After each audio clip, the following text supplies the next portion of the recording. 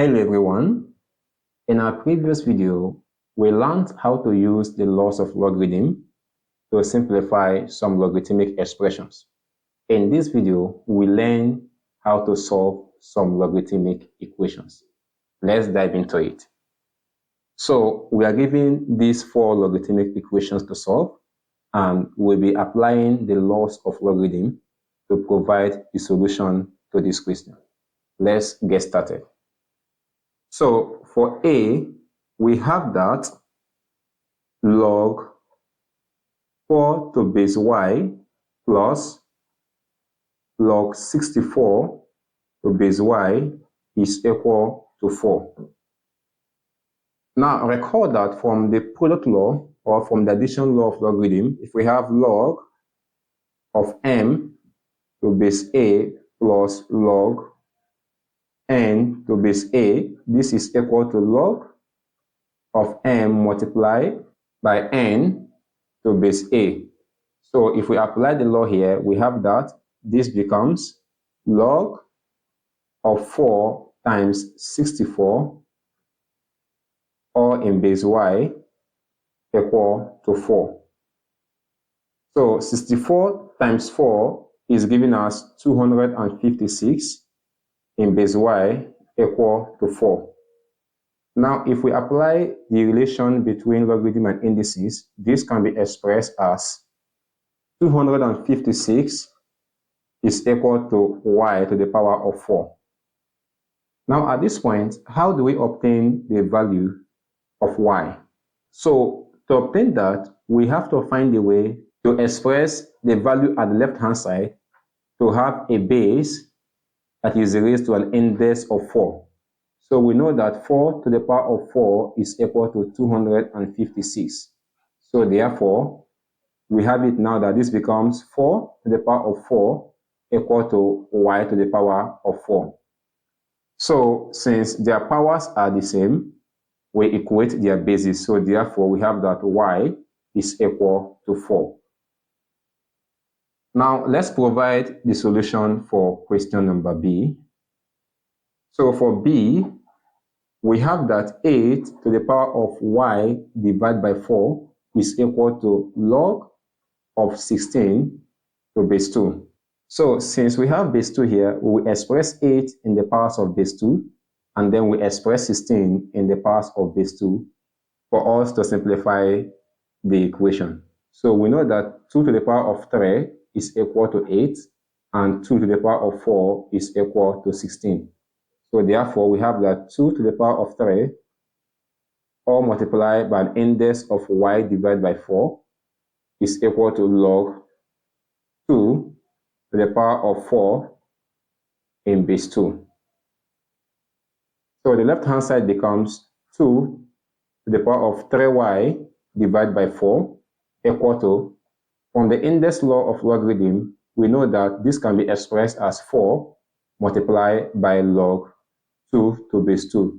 So we have that 4 multiplied by log 2 to base 2.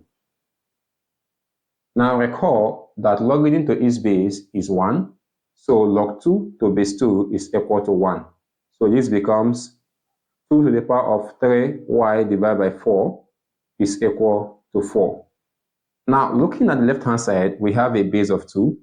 So to be able to obtain the value of y, we have to find a way to express 4 in the base of 2. So we know that 2 to the power of 2 is equal to 4. So we have that 2 to the power of 3y divided by 4 is equal to 2 to the power of 2. Now, since their bases are the same, at this point we can equate their powers. So we have that 3y divided by 4 is equal to 2. So we are equating their powers. So therefore, we have that 3y is equal to 4 times 2, which is equal to 8. So y is equal to 8 divided by 3. So at this point, we have been able to obtain the value of y for question 2. Now, let us obtain the solution for question 3. So for C, we have that log of 2x squared plus 5x plus 97 in base 10 is equal to 2. Now, since we have base 10 here, we can express these two in logarithmic form. Now, this can be expressed as 2 times log 10 to base 10. This is because log 10 to base 10 is equal to 1. So 2 times 1 is 1. But at this point, from the index law of logarithm, this can be expressed as log 10 to the power of 2 or in base 10. So therefore, at the point where we have 2, we replace it by log 10 squared to base 10. The equation now becomes log 2x squared plus 5x plus 97 in base 10 is equal to log 10 squared to base 10. So at this point, since their bases are the same, we have it that this becomes 2x squared plus 5x plus 97 equal to 10 squared. And this is equal to 100 because 10 squared is 100. So we have that this is 2x squared plus 5x plus 97 minus 100 equal to 0.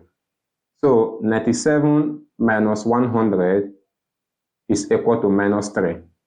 So therefore, the left-hand side of our equation becomes 2x squared plus 5x minus 3 equal to 0.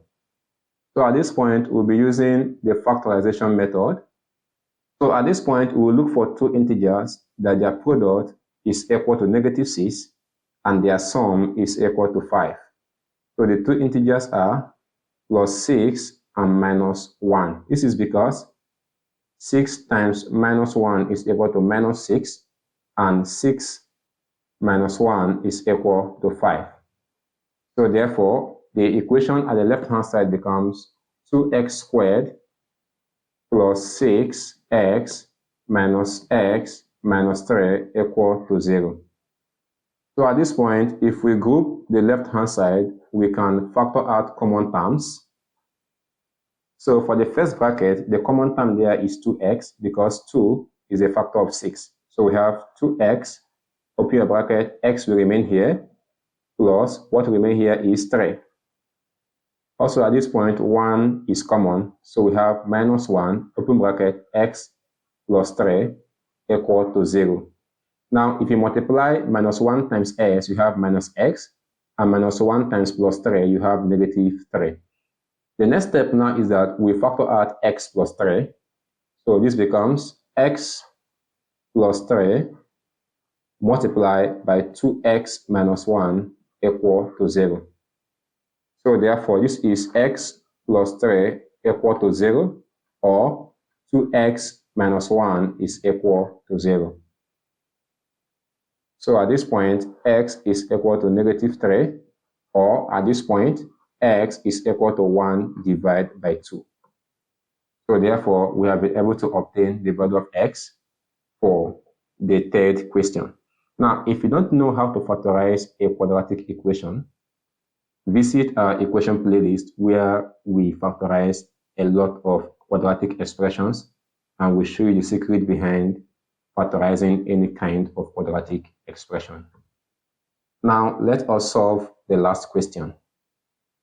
Now, for D, the question says log x squared minus x in base 2 is equal to log x minus 1 in base 2 plus 1.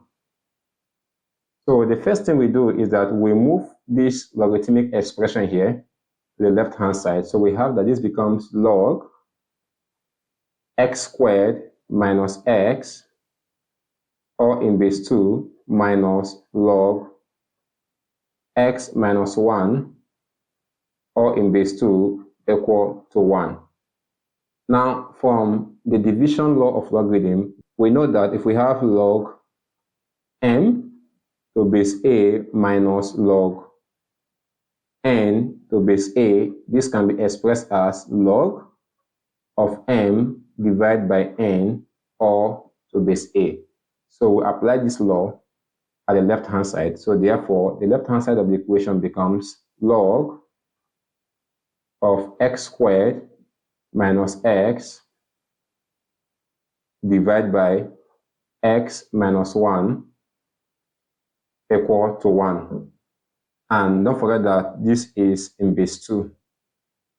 So if we factor out x from the numerator, this becomes log in base 2 x, open a bracket, x minus 1 divided by x minus 1 equal to 1.